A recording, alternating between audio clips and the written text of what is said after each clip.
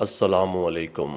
تمام تعریف اللہ کے لیے جو کل کا مالک، اور بے حساب درود و سلام ہو حضرت محمد صلی اللہ علیہ وآلہ وسلم کی ہستی پر، جن پر خود خدا درود و سلام بھیجتا ہے۔ آج تذکرہ سلسلہ ولایت کی اس ہستی کا جو کہ سلسلہ قادریہ کی بانی ہے، جن کو پیرانے پیر غوث الاعظم شیخ عبد القادر جیلانی رحمۃ اللہ علیہ کے نام سے یاد کیا جاتا ہے، جبکہ امام سمانی رحمۃ اللہ علیہ نے آپ کا لقب امام حنابلہ ذکر کیا ہے۔ آپ کی ولادت سے 6 سال قبل حضرت شیخ ابو احمد عبداللہ بن علی بن موسیٰ نے فرمایا کہ میں گواہی دیتا ہوں کہ ان قریب ایک ایسی ہستی آنے والی ہے کہ جس کا فرمان ہوگا کہ میرا قدم تمام اولیاء اللہ کی گردن پر ہے۔ حضرت شیخ سنجی سے پوچھا گیا کہ اس زمانے کے کتب کون ہیں؟ آپ نے فرمایا کہ اس زمانے کا کتب مدینہ منورہ میں پوشیدہ ہے، سوائے اولیاء اللہ کے اسے کوئی نہیں جانتا۔ پھر عراق کی طرف اشارہ کرتے ہوئے فرمایا کہ اس طرف سے ایک اجمی نوجوان ظاہر ہوگا، وہ بغداد میں واز کرے گا، اس کی کرامتوں کو خاص و عام جان لے گا، اور وہ فرمائے گا کہ میرا قدم تمام اولیاء اللہ کی گردن پر ہے۔ سالک السالکین میں ہے کہ جب شیخ عبد القادر جیلانی مرتبہ غوثیت اور مقام محبوبیت سے نوازا گیا تو ایک دن جمعہ کی نماز میں خطبہ دیتے وقت اچانک آپ پر استغراقی کیفیت طاری ہو گئی، اور اسی وقت زبان فیض سے یہ کلمات جاری ہوئے کہ میرا قدم تمام اولیاء اللہ کی گردن پر ہے۔ آپ کی ولادت سن 470 ہجری میں جیلان میں ہوئی، جو ایران کے شمال مغربی حصے کا ایک خوبصورت علاقہ ہے، اور علاقائی نسبت کی وجہ سے آپ کو جیلانی، گیلانی یا کیلانی کہا جاتا ہے۔ آپ کا لقب محی الدین، کنیت ابو محمد اور نام عبد القادر رحمۃ اللہ علیہ ہے۔ آپ کا سلسلہ نسب اپنے والد ماجد سید ابو صالح کی طرف سے 11ویں پشت میں جا کر حضرت امام حسن رضی اللہ تعالیٰ عنہ سے، اور والدہ محترمہ ام الخیر سیدہ فاطمہ رحمۃ اللہ علیہ کی جانب سے 14ویں پشت حضرت امام حسین رضی اللہ تعالیٰ عنہ سے جا ملتا ہے۔ اس طرح آپ نسبی شرافت و سعادت سے من جانب اللہ نوازے گئے۔ آپ کی عمر 5 سال کی تھی کہ والد ماجد کا سایہ سر سے اٹھ گیا، اور آپ کی تربیت و نگرانی والدہ محترمہ کے حصہ میں آئی۔ وہ سوت کاٹ کر گھر بھر کا گزارا چلاتی تھی، اور کبھی فاقہ تک نوبت پہنچتی تھی تو وہ صبر و رضا کی پیکر یہ کہہ کر کہ آج ہم اللہ کے مہمان ہیں، اپنی اور گھر بھر کی تسلی کر دیتی۔ آپ نے چھوٹی سی عمر سے مکتب جانا شروع کر دیا، اور اسی حالت طفولیت میں آپ کے سامنے عجیب و غریب واقعات پیش آئے۔ چنانچہ آپ فرماتے ہیں کہ ایک مرتبہ میں نے اپنے ہم عمر بچوں کے ساتھ کھیلنے کا ارادہ کیا تو مجھے ایک غیبی آواز آئی، بجانب من بیا اے مبارک ہستی میرے پاس آ۔ آواز دینے والا دکھائی نہ دیا، اور والدہ کی گود میں آ بیٹھے۔ آپ نے فرمایا کہ ایک روز 9 ذی الحجہ کو میں ذرا شہر سے باہر نکلا اور ایک گائے کی دم پکڑ لی۔ گائے نے میری طرف رخ کر کے کہا، اے عبد القادر، اللہ تعالیٰ نے تجھے نہ ان کاموں کے لیے پیدا کیا ہے نہ ان کا حکم دیا ہے۔ میں یہ بات سن کر خوف زدہ سا ہوا اور گھر آ گیا۔ پھر میں اپنے مکان کی چھت پر چڑھا تو اللہ تعالیٰ نے مکہ معظمہ تک تمام حجابات میرے سامنے سے اٹھا دیے، اور میں میدان عرفات میں حاجیوں کو وقوف کرتے ہوئے دیکھنے لگا۔ چنانچہ آپ اشارہ غیبی کا مطلب سمجھ گئے، اور والدہ محترمہ سے بزرگوں کی خدمت اور صحبت اور تکمیل دین کے لیے بغداد جانے کی اجازت طلب کی۔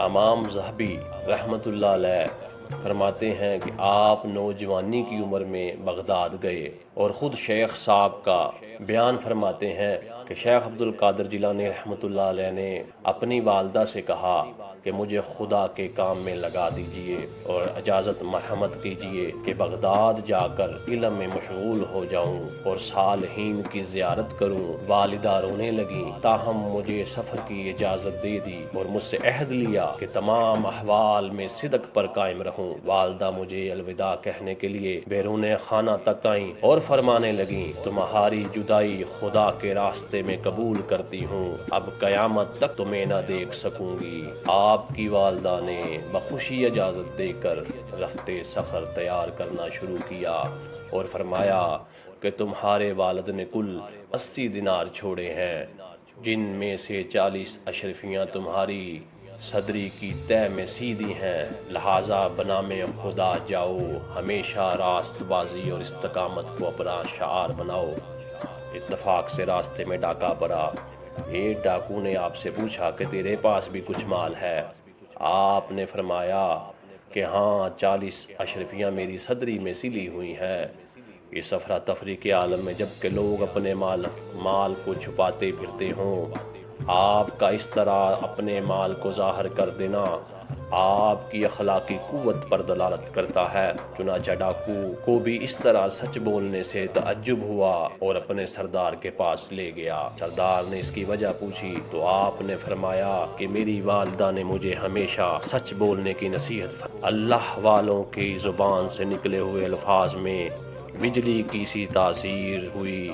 آپ کے بھی یہ الفاظ اس سردار کے دل پر اثر کر گئے اور اس نے آپ دیدہ ہو کر کہا کہ یہ لڑکا اپنی ماں کے حکم کی اتنی تعمیل کرتا ہے کہ جان و مال کے کسی خطرہ کی اس نے پرواہ نہیں کی، اور میں خالق حقیقی کی نافرمانیوں میں مبتلا ہوں۔ یہ کہہ کر اس نے قافلے والوں کو تمام مال و اسباب واپس کر دیا اور سچی توبہ کر کے بقیہ زندگی اللہ کی فرما برداری میں گزار دی۔ کہتے ہیں کہ یہ شخص اپنے وقت کے اولیاء میں سے ہوا۔ تکمیل علم کے لیے آپ کا یہ سفر 488 ہجری میں جبکہ آپ کی عمر مبارک 18 برس کی تھی پیش آیا۔ بغداد میں تشریف لانے کے بعد آپ نے جناب ابو سعید مخزومی حنبلی سے علم فقہ، امام بن مظفر رحمۃ اللہ علیہ، ابو الغالب رحمۃ اللہ علیہ سے علم حدیث اور زکریا تبریزی رحمۃ اللہ علیہ سے علم ادب کی تکمیل فرمائی۔ آپ کے شیخ ظاہر و باطن ابو سعید مخزومی کو آپ کے ظاہری و باطنی کمالات پر اتنا اعتماد ہوا کہ جس مدرسہ کی بنیاد انہوں نے رکھی تھی اس کے تمام انتظام و انصرام آپ کے فرما کر خود علیحدہ ہو گئے۔ آپ اسی مدرسہ کی ظاہری و باطنی ترقی میں ہمہ مشغول ہو گئے۔ حدیث، تفسیر، فقہ اور دیگر علوم کی تدریس خود شروع فرمائی اور ساتھ ہی واعظ و تبلیغ کا سلسلہ بھی جاری فرمایا۔ تھوڑے ہی دنوں میں تشنگانے علوم کا ایک ہجوم امڈ آیا اور مدرسہ کی موجودہ عمارت ناکافی ہو گئی۔ آپ کی ان خدمات کی وجہ سے یہ مدرسہ آپ ہی کے نام پر مدرسہ قادریہ کے نام سے مشہور ہو گیا۔ آپ کی تدریسی زندگی 528 ہجری سے 561 ہجری تک کل 33 سال کے عرصہ تک ہے، جس میں آپ اول وقت تفسیر و حدیث، ظہر کے بعد قرآن کریم اور بقیہ اوقات میں فقہ و اصول وغیرہ کی تعلیم دیا کرتے تھے۔ اللہ تعالیٰ نے آپ کو علوم ظاہری میں وہ رسوخ و کمال عطا فرمایا کہ فتاوی لکھتے وقت نہ کتاب دیکھتے اور نہ کچھ سوچتے، اور آپ کا یہ جواب تمام علماء میں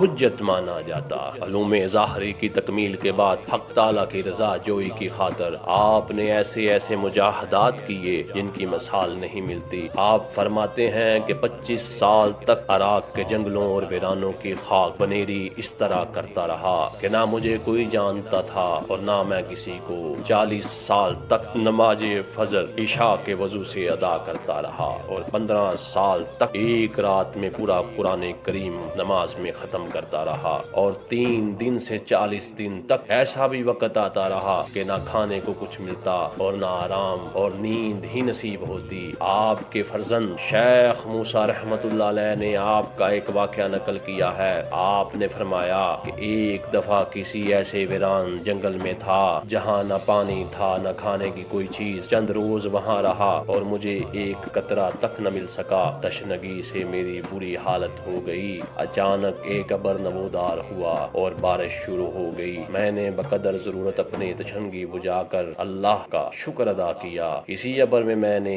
ایک ایسی روشنی دیکھی جو آسمان کے کناروں تک پھیلی ہوئی تھی۔ اس روشنی میں سے ایک آواز آئی، اے عبد القادر، میں ہوں تمہارا رب، اب میں تمہاری عبادت و ریاضت سے راضی ہو گیا اور میں نے تمہارے لیے ہر حرام چیز کو حلال کر دیا۔ میں نے یہ سن کر اعوذ باللہ پڑھا اور کہا، اے ملعون، دور ہو، کیسی باتیں کرتا ہے، اور پردہ روشنی ختم ہو کر دھواں سا چھا گیا۔ اور آواز آئی کہ اے عبد القادر، تم اپنے علم و فقہ کی وجہ سے محفوظ ہو گئے، ورنہ اسی صحرا میں نے تم جیسے بہت سے بزرگوں کو گمراہ کر دیا۔ میں نے جواب دیا کہ اے ملعون، میں اپنے علم سے نہیں بلکہ اللہ کے فضل و کرم اور اس کی دستگیری سے محفوظ ہو گیا۔ کسی نے آپ سے دریافت کیا کہ آپ نے کیسے پہچانا کہ یہ شیطان تھا؟ آپ نے فرمایا کہ اس کی بات سے کہ میں تمہارے لیے ہر حرام چیز کو حلال کر دیا، حالانکہ اللہ تعالیٰ نے نہ حرام باتوں کا حکم دیا اور نہ انہیں پسند کرتا ہے۔ کہاں ہیں وہ لوگ جو 2-3 تسبیحیں پھیر کر 2-4 سجدے کر کے اور موٹا چوٹا لباس پہن کر اپنے آپ کو شریعت کی تمام قید و بند سے آزاد کرنا چاہتے ہیں اور کہتے ہیں کہ یہ نماز و روزہ، یہ حلال و حرام اور یہ طہارت و نجاست کے مسائل ہمارے لیے نہیں، ہماری نماز روحانی ہے،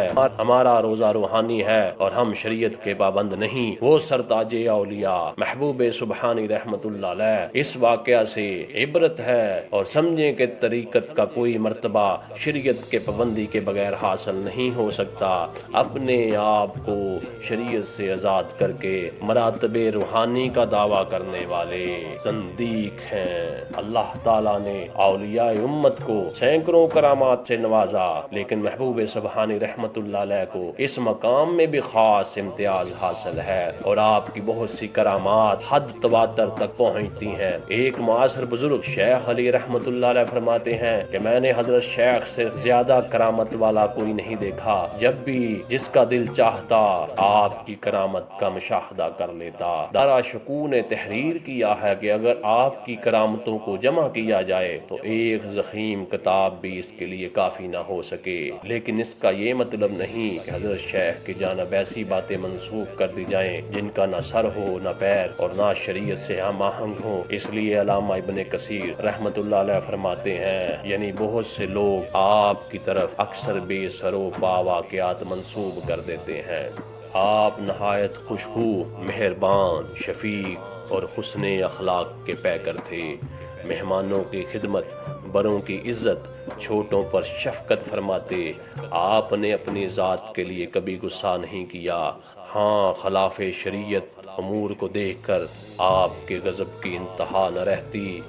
امراء و سلاطین کے یہاں نہ تو تشریف لے جاتے اور نہ ہی ان کے ہدیے قبول فرماتے۔ بڑے بڑے خلیفہ وقت کو اس کی لغزشوں اور کوتاہیوں پر متنبہ فرماتے رہتے۔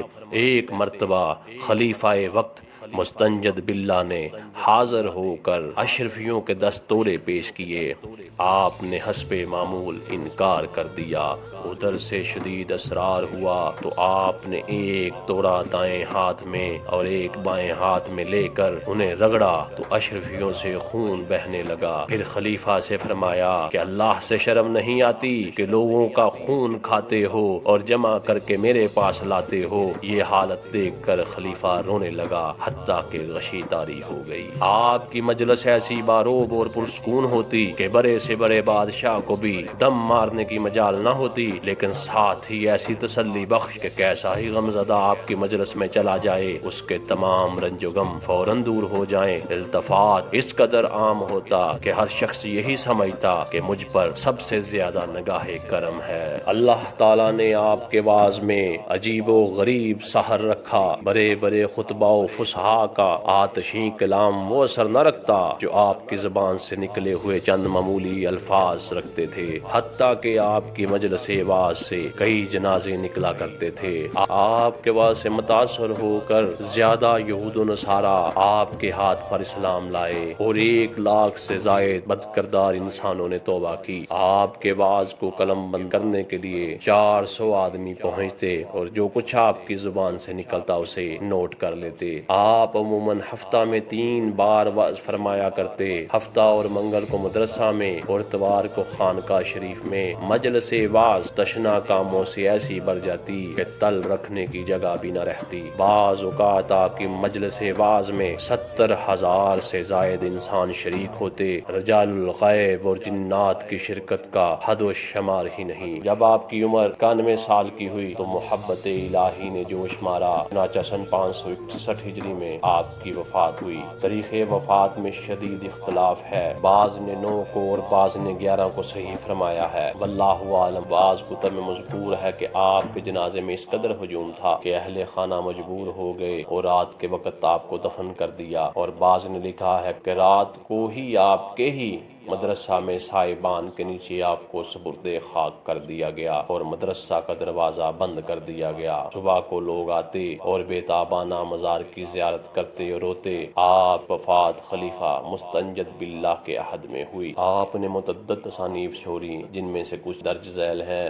آپ کی تصانیف میں غنیت الطالبین فقہ کی مشہور کتاب پاک و ہند اور مصر میں بھی چھپ چکی ہے۔ فتوح الغیب فن سلوک و طریقت پر نہایت جامع کتاب الفتح الربانی، آپ کے مواعظ کا وہ مجموعہ جو قلم بند کیا گیا، بشار الخرات جو کہ درود و سلام سے متعلق ہے، البواقیت والحکم، النسیوف، الفیوزات الربانیہ، المواہب الرحمانیہ۔ آپ رحمت اللہ علیہ نے 4 شادیاں کی جن میں سے 49 بچے پیدا ہوئے، جن میں 20 لڑکے اور باقی لڑکیاں ہیں۔